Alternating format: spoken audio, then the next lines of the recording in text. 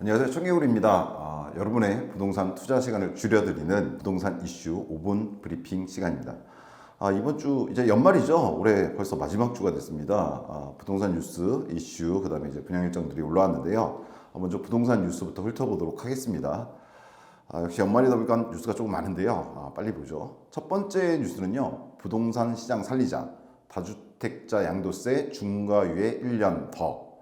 사실 양도세의 중과는 다주택자에 대한 대표적인 규제 중에 하나죠. 근데 이제 재작년 정도까지 부동산 시장이 폭등하다가 이제 한번 꺾였죠. 그러다 보니까 양도세 중과가 유예가 실시가 됐었고 그걸 갖다 연장하겠다는 얘기인 것 같아요. 아무래도 최근에 부동산 시장이 안 좋다 보니까 항상 그렇죠. 부동산이 좀 침체되면 이런 양도세 중과 유예 기간이 생깁니다. 다주택자들 같은 경우에 집을 처분할 수 있는 좋은 기회라고 볼 수가 있겠죠. 일단 유예 관련 더 이루어질 것 같고요. 아마 이거는 부동산 시장 상황에 따라서 더 연장이 될 수도 있을 것 같다고 생각합니다. 내년 부동산 시장이 어떻게 되냐에 따라서 뭐 달라지겠죠. 그리고 또 사실 현재 정권 같은 경우에는 이런 세부담이라든가 이걸 줄이려는 경향이 있기 때문에 좀 더 계속해서 지켜봐야 되지 않을까 이렇게 생각을 하고요. 두 번째 뉴스는 현황이죠. 시황인데 서울 아파트값 3주 연속 낙폭 커져. 지난주에 말씀드린 것처럼 서울 같은 경우에 아파트 매매 실거래가 지수가 2주 연속 낮아지고 있다고 했는데 지금 이번 주까지 포함해서 3주 연속으로 낮아지고 있다 이렇게 보시면 될 것 같아요. 다만 매매와 다르게 전세 같은 경우에는 31주째 상승하고 있다. 그래서 사실은 지금 매매가는 좀 하락하고 있고 전세가는 상승하고 있는 상황. 근데 전체적으로 보면요, 뭐 들어가 보시면 알겠지만 그 낙폭이라고 하는 게 아주 크거나 이렇지는 않습니다. 그래서 현재까지는 아직 보합세를 유지하고 있다. 지난번 말씀드린 것처럼 계절적 요인도 있고 좀 더 추이를 특히나 뭐 내년 총선이 있기 때문에 지켜봐야 되지 않을까 이렇게 생각을 합니다. 세 번째 뉴스는요. 교통 관련이네요. 지하철 5호선 연장 노선 막바지 협의 단계 인천 건폐장 공동처리 거부했다. 뭐 이런 뉴스인데요. 사실 5호선 연장 문제는 지속적으로 논란이 되었죠. 이른바 인천 서구 1.5개 노선안과 3개 노선안, 3개 역 노선안이죠. 이 두 개가 지금 대립되고 있어요. 사실은 인천시와 김포시가 대립하고 있다고 보면 되는데 이제 곧 결과가 나온다고 합니다. 아무쪼록 양쪽 거주자 모두에게 좋은 대안이 나오기를 바라는데 사실 그렇기는 어렵죠. 어느 한쪽이 손해를 볼 것 같기는 한데요. 여하튼 좋은 결과가 있기를 바랍니다. 네 번째 뉴스는요. 지지난주죠. 저희 소식지에서 제초안 완화라든가 아니면 용적률 상향, 즉 재건축에 대한 뉴스들을 다뤘었는데요. 거기에 더해서 재건축 안전진단 문제가 있었어요. 근데 이번에 윤석열 대통령이 아예 안전진단을 갖다가 없앤다에 가까운 이야기를 했죠. 쉽게 말해서 30년 이상 된 노후단지 같은 경우에 안전진단 없이 주민들이 동면하면 재건축을 갖다가 추진할 수 있게 만들겠다 이렇게 얘기를 했거든요.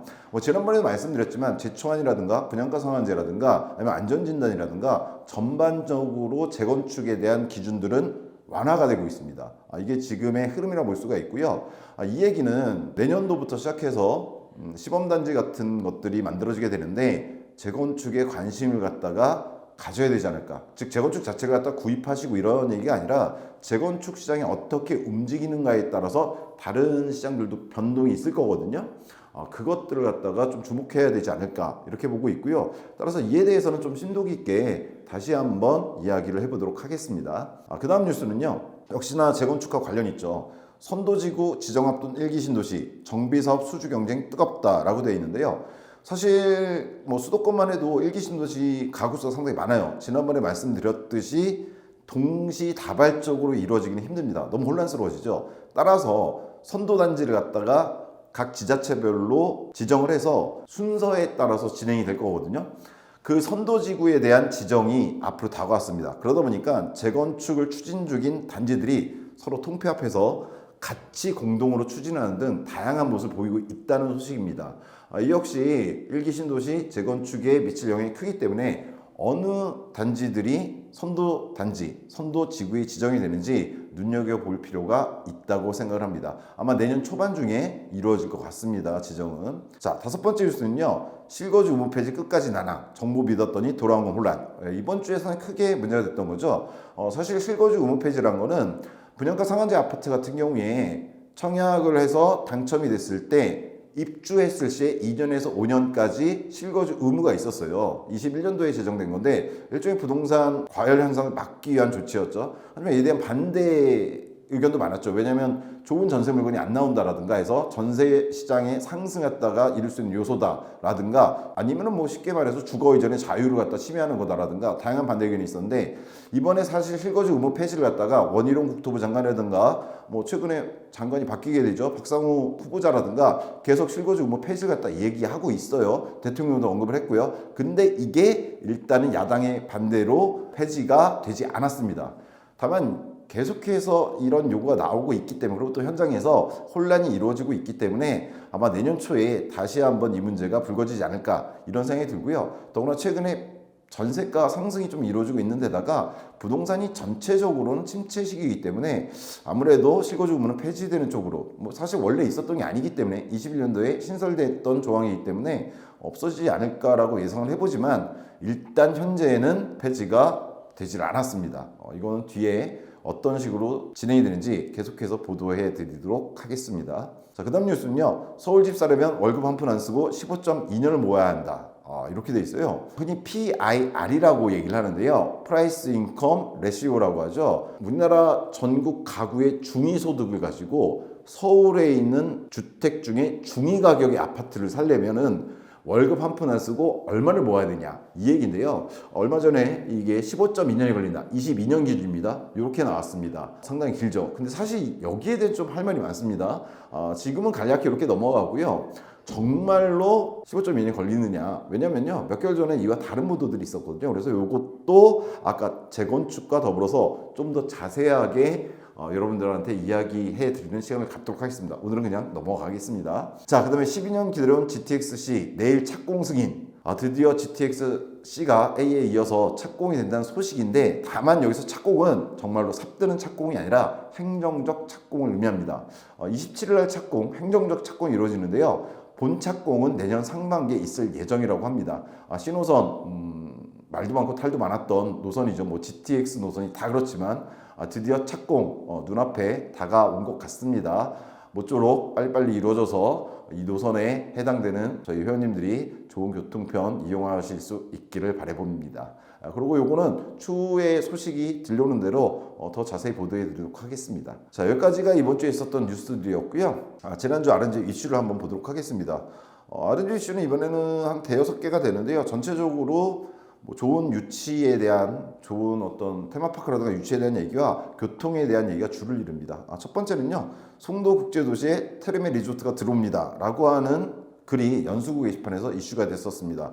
테르메 리조트는 상당히 유명한 리조트죠. 자, 이 테르메 리조트가 왜 이번에 이슈가 됐느냐. 송도에 909가 있죠. 거기 골든하버가 있는데 그곳에 바로 이 테르메 리조트가 들어온다는 얘기죠. 일종의 송도국제도시에는 사실 수건 사업이 많아요. 이루어지지 않은 그 중에 하나인데 드디어 이게 들어온다는 소식입니다. 단순 MOU는 아니고요. 그보다 좀 더 진전된 단계라고 하니까 빨리빨리 이루어지기를 바라봅니다. 자, 그 다음에는요. 화성국제 테마파크 조성. 비슷한 건데 지역이 다르죠. 이제 화성시에 화성국제 테마파크가 조성된다. 내년도에 이제 본격화되는 인허가 절차가 시작된다고 합니다. 사실 테마파크만 들어온 게 아니죠. 이에 따라서 뭐 호텔이라든가 뭐 아파트 단지들도 들어서게 됩니다. 아무래도 그러면은 좀 더 좋은 거주 환경을 가진 지구가 화성시에 생기는 거기 때문에 상당히 호재가 되겠죠. 내년도에 아무래도 인허가 절차가 별 차질 없이 진행을 바라봅니다. 그 다음 것들은요. 사실 뭐 아까 뉴스하고도 좀 관련된 것들인데요. 안산시의 GTX 신호선 상록수역 설치 운영된다는 협약이 체결됐다. 뭐 사실 신호선 마지막 부분을 보면 수원하고 안산하고 이제 Y자 형태로 연결이 되게 되는데 그에 대한 얘기고요. 그 다음도 보시면은 경기도 12개 노선 2차 도시철도망 구축 계획이 확정됐다. 역시나 철도에 대한 얘기죠. 12개이기 때문에 다양한 지역이 포함이 됩니다. 들어가 보시면 뭐 덕정, 옥정선, 동백, 신봉선 포함해서 12개 노선인데 사실 얘기가 많이 됐던 것들이기 때문에 들어가 보셔서 확인하시면 될 것 같아요.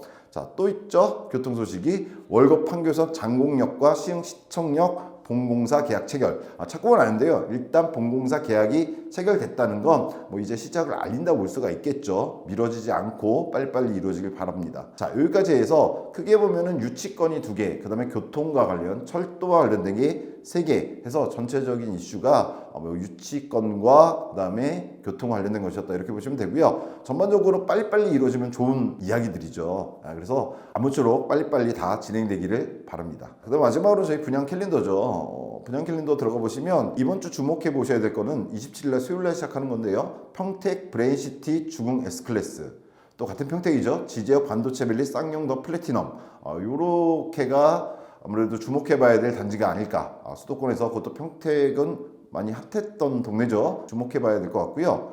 그리고 평택 이외에는 경기 수원시에 매교역 펠로시드 1순위 접수가 27일부터 시작됩니다. 지난주에 이제 오픈한다고 말씀드렸던 단지죠. 이렇게 3개의 단지 정도가 수도권의 분양시장을 가늠해 볼 수 있는 단지들이 아닐까 이렇게 생각해 봅니다.